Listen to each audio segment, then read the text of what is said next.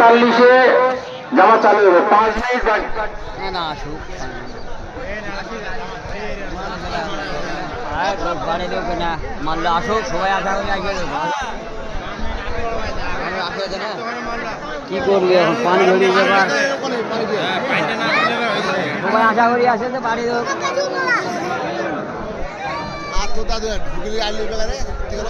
ওই ধরলে তো পানি আসবে না।